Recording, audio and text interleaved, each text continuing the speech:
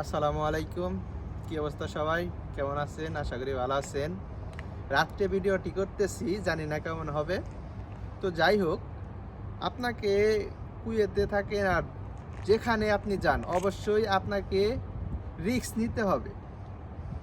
গত পরশু মানে একটা রিস্কের কথা বলি, যে আমার হাতে যে কাটা দেখতে পারতেছেন, ব্যান্ডেজ করা দেখতে পারতেছেন, এটা মানে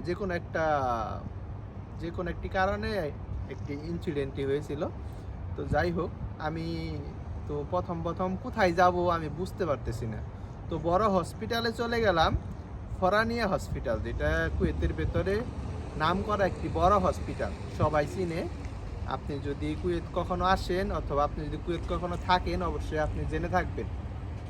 তো যাই হোক, ফরানিয়া হসপিটালে যাওয়ার পর 10 দিনার নিল, ঠিক আছে, 10 দিনার। কিন্তু বাংলাদেশে এইটা সর্বোচ্চ আপনার বাংলাদেশি টাকায় 200 টাকার কাজ, ঠিক আছে।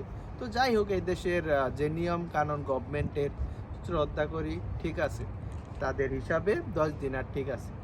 তো যাই হোক, করলাম, সেলাই করলাম, ব্যান্ডেজ করলাম, সব কিছু করার পর এখন তারা আমাকে একটি পেপার দিল এবং বলল পরবর্তী যে 7 দিন আপনি একদিন পর পর ড্রেসিং করবেন।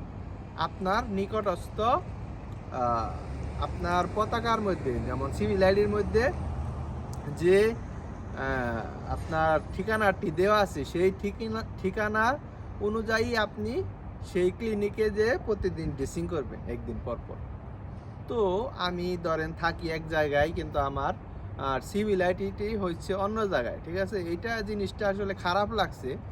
কুয়েত সরকার যদি এটা জিনিসটা যদি মানে যে যেখানে থাকে যদি সরাসরি চলে যায়, তো এটা সবার চাইতে ভালো হইতো আমার মতে। তো যাই হোক, তারা বুঝেই করছে, আমি তাদেরকে শ্রদ্ধা জানাই। তো যাই হোক, পরে আর কি আমি কোম্পানিকে বললাম যে আমার যে ঠিকানা, মানে আমার যে মানে পতাকার মধ্যে যে ঠিকানা আছে সেই ঠিকানা অনুযায়ী আমাকে ওই লোকেশনটা দিন, আমি যাব। কিন্তু কোম্পানি আমাকে মানে আমি যে জায়গায় থাকি সেই জায়গায় লোকেশন দিতেছে সেই হসপিটালে, কিন্তু সেই হসপিটালে যাওয়ার পর আমাকে তারা বলতেছে তোমার যে সিভিল লাইনের যে ঠিকানা আছে ওই ঠিকানা অনুযায়ী যেতে হবে। তো আমি একটা টেনশনে পড়ে গেলাম। আমি খোঁজ নিলাম, অনেক অনেক মানুষের কাছে গেছি, দাঁড়ে দাঁড়িয়ে গেছি, কিন্তু তারা সবাই বললো ঠিকানা অনুযায়ী যেতে হবে, কিন্তু কেউ মানে আমার যে ঠিকানা সেই অনুযায়ী লোকেশন দিতে পারে না। তো যাই হোক, আমি প্রথমে আমার যে লোকেশন আছে সেখানে ওই ঠিকানা অনুযায়ী ওই হসপিটাল সিলেক্ট করলাম, বাস 1 মিনিটের ভিতরে এসে গেল। আমার থেকে মাত্র 10-15 কিলোমিটার দূরে, খুব বেশি দূরে না কিন্তু, ঠিক আছে। তো নিজের গাড়ি আছে, সেক্ষেত্রে খুব ইজি হলো, গেলাম এবং খুব স্বাচ্ছন্দ্যে আমার এই ব্যান্ডেজটি আবার করে নিয়ে আসলাম। তো এই ছিল, মানে আপনি অবশ্যই আপনার টার্গেট মানে আপনার রিস্ক নিতে হবে। আপনি যদি রিস্ক না নেন তাহলে আপনি সফল হতে পারবেন না, আপনি কিছু জানতে পারবেন না, ঠিক আছে।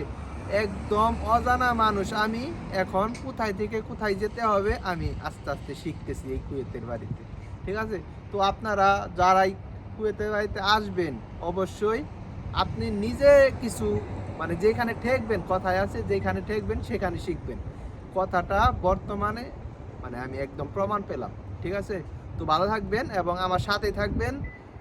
ইউটিউবে যদি থেকে থাকেন অবশ্যই সাবস্ক্রাইব করে দেবেন, আর যদি ফেসবুকে থেকে থাকেন অবশ্যই আমার চ্যানেলটিকে ফলো করে দিবেন।